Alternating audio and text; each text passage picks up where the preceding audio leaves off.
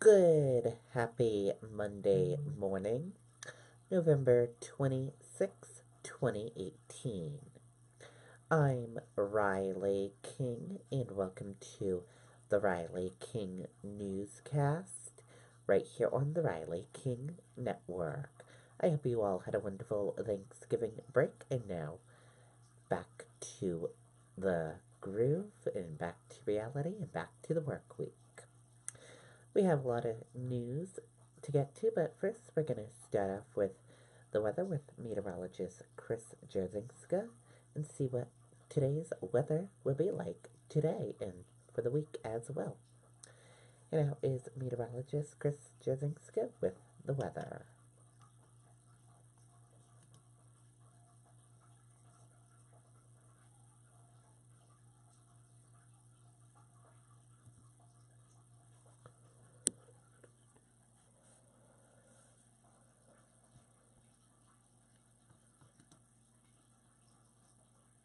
Hi folks, meteorologist Chris Jarzinka in for Haley LaPointe, and I can't wait to tell you about a rain snow line we have coming up because it makes forecasting so fun. It's going to make a big difference in terms of what we're digging out on Tuesday. But let's put first things first. A few slick spots on the roads overnight. It is mainly signed in untreated roads this time around. I don't believe it will be as widespread as it was during the previous night. Then we get a brief cloudy lull during the day on Monday, a little bit of light precipitation coming in later on in the day, but the next storm's teeth don't really arrive until Monday night in through Tuesday. That is going to be rain and heavy wet snow depending on where you are across the state, and I'll do my best to aim the dart at the dartboard and give us a first look at where we may see the snow, where we may see the rain, and why that rain snow line forecast is going to be crucial. We're talking about mainly cloudy skies during the overnight hours. Here's the last storm that moved through Saturday night into Sunday. That's now out into the Canadian Maritimes, but don't blink because the next storm system is already taking shape off to our west. In fact, it has already taken shape from places through Chicago and Kansas City where over a foot of snow and blizzard-like conditions have fallen during the day on Sunday. Ahead of it, rain, and we're going to get a little bit of both as the remnants of this storm come our way as a new storm forms along the coast. That will also impact the rain snow line. So let's turn the clocks forward till tomorrow morning at about 7. Not doing that much here in New Hampshire at all. It'll be cloudy. There might be some drizzle or a flurry, but that's about it.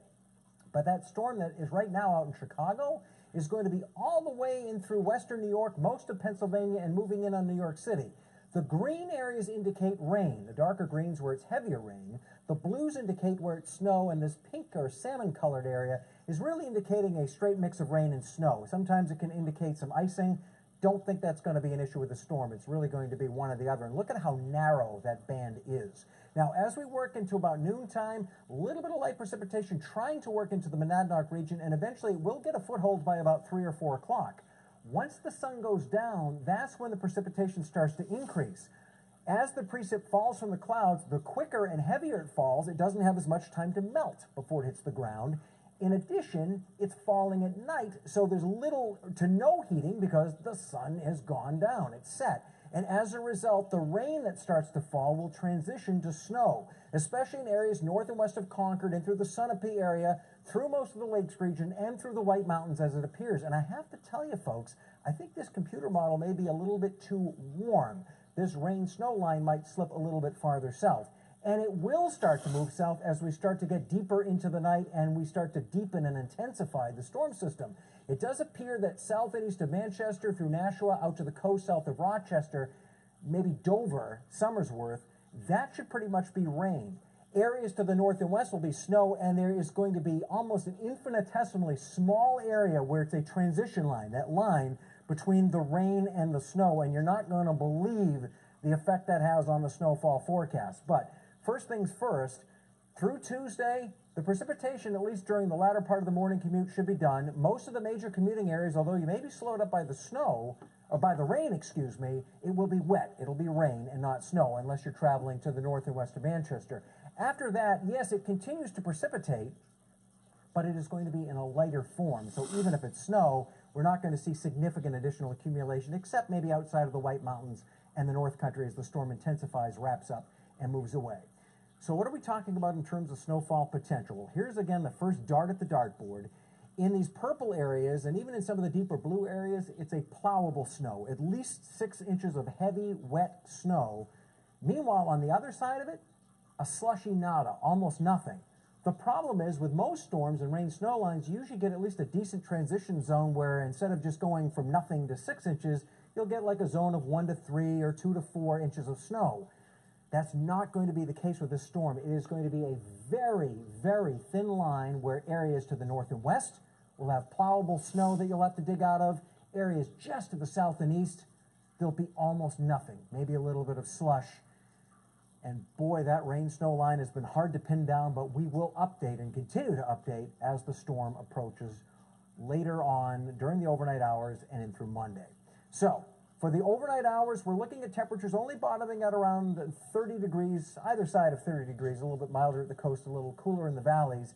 Still, any untreated road surfaces could be a little bit slick with some light drizzle or flurries falling. For the day on Monday, it's a lot like Sunday in that it's generally cloudy. There'll be a few sprinkles, especially in the afternoon, as some showers start to work in from the west, and they should mainly be rain showers, at least during the daylight hours.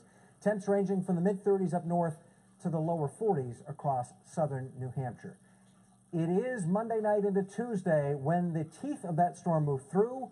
Lingering rain and snow showers for most of us on Tuesday afternoon. That kind of carries on through most of Wednesday as well, though mostly north of Concord. Really mostly north of the White Mountains on Thursday as areas in southern New Hampshire get a little bit of sunshine. And you can see temperatures straight through the end of the week and the end of the month, mainly in the mid-30s, which is about 10 degrees below normal. We kick off December at least with some more sunshine, with temperatures making a rebound from the 30s to near 40 degrees. Thanks very much for clicking on this WMUR Weather on the Web videocast. Okay, and that is a look at the weather for today and for the week. So be prepared for some snow in some areas of New Hampshire. And now let's take a look at your roadways and see how your morning traffic is shaping up this morning.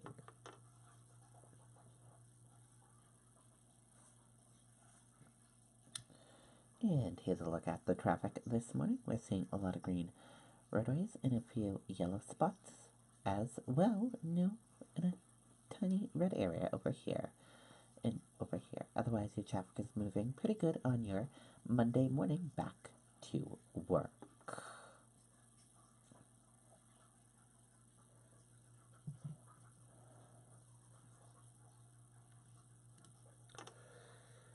Service set for cyclists killed on nationwide charity ride.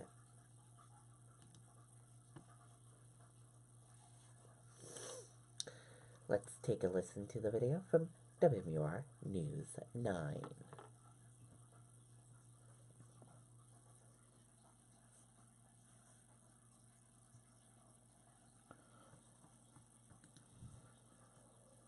Well, visiting hours were held today for a cyclist who was hit and killed while on a cross-country ride to raise money for Chad. James Dobson started his trip here in New Hampshire back in October. He was 44 days in when he was hit and killed in Mississippi. Family and friends gathered today to remember him at a funeral home in Portland, Maine. Dobson will be buried in the spring in Sanford. Before and after his death, he raised more than $20,000 for Children's Hospital at Dartmouth-Hitchcock. Okay, and there you go on that video and that report. Hundreds turn out for Salem Holiday Parade.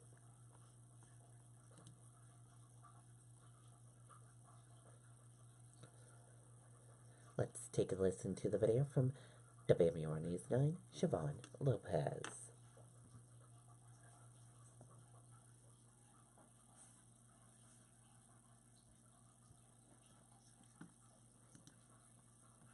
Salem Holiday Parade had hundreds of families lining the streets to kick off the holidays. Dogs, too, it seems. This year's theme was Let It Snow. Many of the people marching in the parade incorporated snow into their outfits or floats.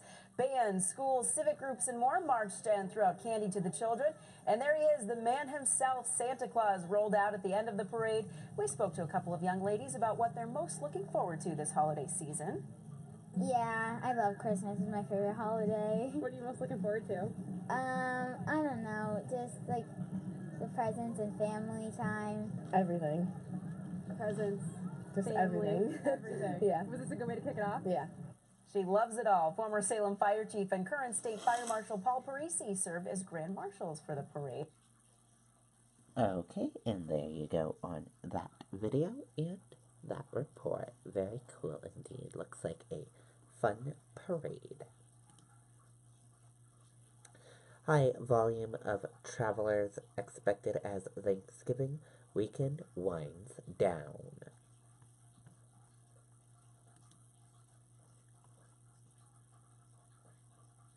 Let's take a listen to the video from WMUR News 9, Tim Callery.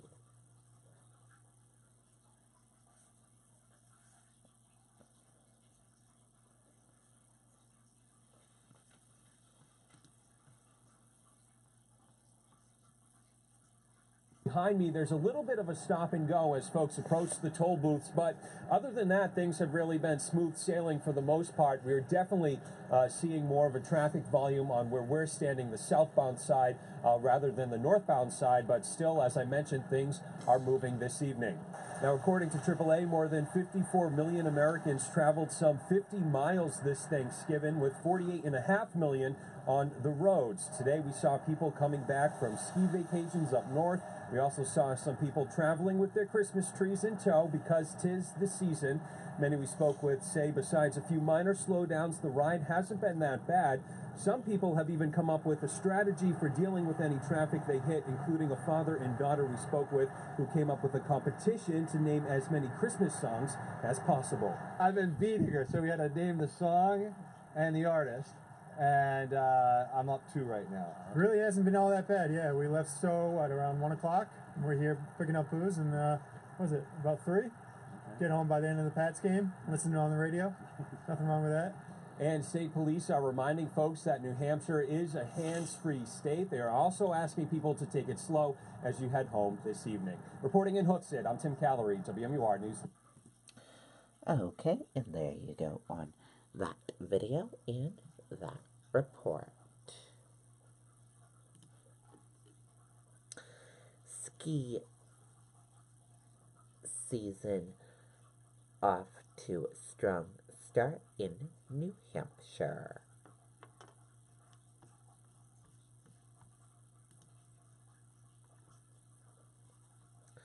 Let's take a listen to the video from WMUR News 9, Mike Cronin.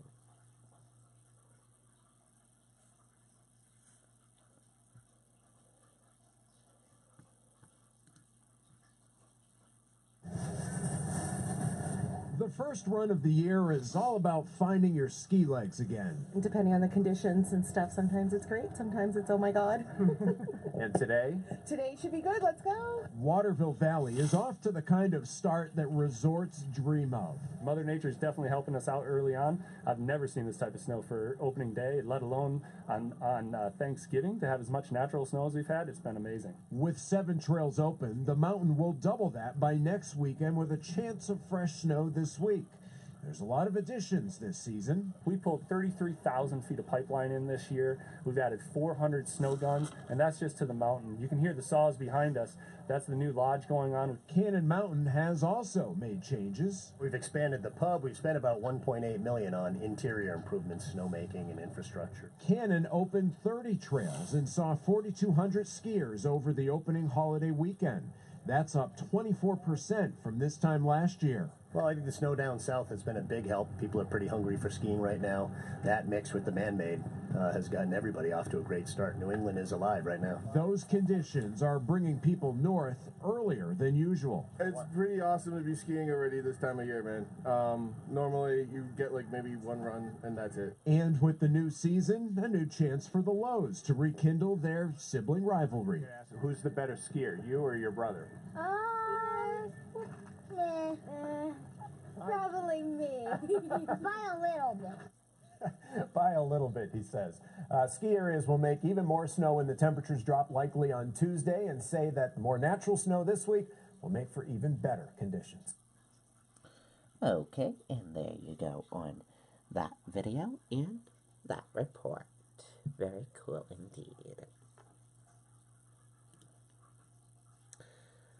Overturned truck leaks hundreds of gallons of oil near Goffstown drinking water supply.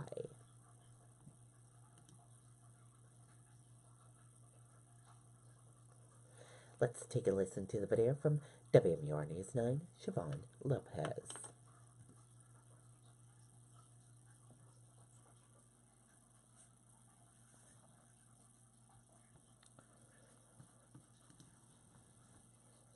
An Irving oil truck rests on its side off of Mountain Road in Goffstown hours after the 911 call was made. We didn't know the exact location. I believe the caller was the driver, and he didn't know exactly where he was. Luckily, the driver was not hurt, but his truck was quickly leaking home heating oil. And we were able to get our crews immediately on it to mitigate the leak and get the driver extricated. Crews pulled the driver through the passenger window and closed the port on the top of the truck, but not before it leaked 500 to 700 gallons of oil, dangerously close to the town's drinking water supply. And in the proximity of the local reservoir, we want to make sure that it doesn't reach there. New Hampshire Department of Environmental Services responded to handle the cleanup. The pink in the snow surrounding the truck is the oil that spilled, and since the ground isn't frozen yet, some of it will seep into the soil. The crews will be coming in, they're going to be scooping all that snow out and any dirt that's contaminated. The crash remains under investigation, but firefighters believe the icy conditions on the roads caused the driver to lose control. It's evident that he rolled at least once, but it's testament to the newer designs of the trucks that it held up, so it could have been a lot worse. Now, the cleanup process, it could take a couple of days. Crews say they're working as fast as they can in hopes that it won't rain and make their job even more difficult. We're live in Goffstown tonight. Siobhan Lopez, WMUR News 9. Okay, and there you go on that video and that report.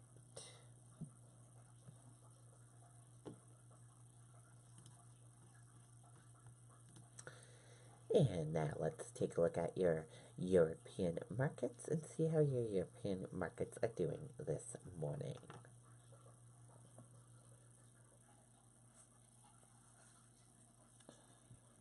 And here's a look at the European markets this morning. Everything is in the green, so that is good news there.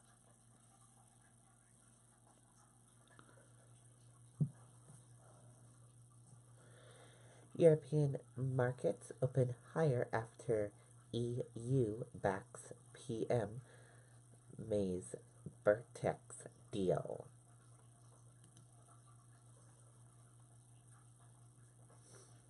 European stocks posted solid gains on Monday morning as investors designated fresh developments surrounding the UK's withdrawal process from the EU.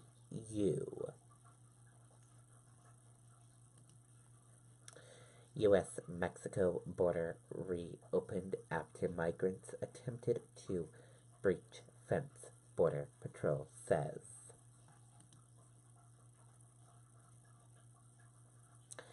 Let's take a listen to the video from ABC News. This Cyber Monday, get an extra 15% off top gifts and more at Target.com. 15% off TVs, 15% off small appliances, and 15% off apparel and accessories. Cyber Monday, only on Target.com. Now to the showdown at the border. With thousands of asylum seekers waiting to enter the U.S., President Trump is saying they'll have to stay there until their cases work their way through the courts. But is the incoming Mexican government on board with this plan? ABC's White House correspondent Tara Palmieri is in West Palm Beach, where the president is spending the holiday weekend. Tara, good morning to you. Good morning, Eva. The mayor of Tijuana is calling it a humanitarian crisis. He's asking the UN for food and shelter for these Central American migrants who have been on a month-long journey. And now we're learning that that border town may turn into a waiting room for asylum seekers. Overnight, President Trump doubling down on his threat to shut down the U.S. border from a caravan of 5,000 migrants fleeing poverty and violence in Honduras, tweeting, "Migrants at the southern border will not be allowed into the U.S. until their claims are individually approved in court." All will stay in Mexico. If for any reason it becomes necessary, we will close our southern border. This just hours after the Washington Post reported that the administration is close to sealing a deal with Mexico, requiring asylum seekers to wait in Mexico while their application is processed. Typically, seeking asylum in the U.S. can be a lengthy process. In some cases, a person may file their application and receive a hearing years in the future. There is no indication whether this plan by the Trump administration would speed up that timeline. The White House not denying the existence of a plan dubbed Remain in Mexico that could also include a fortified barrier between the countries. We will close entry into the country for a period of time until we can get it under control. Instead, telling ABC News in a statement that President Trump has developed a, quote, strong relationship with the incoming Mexican administration. But now Mexican officials say there's no agreement of any sort between the incoming Mexican government and the U.S. government. While the president has been threatening to close down the border, behind the scenes there have been diplomatic talks between the two countries about how to share the burden of securing the border. Dan? Tara, thank you. Okay, and there you go on that video and that report. And that does it for the Riley King Newscast right here on the Riley King Network. I hope you all have a great rest of your day, and I'll see you back here later on today for another newscast. And I'll have a news report coming up in a little bit. Goodbye, everyone.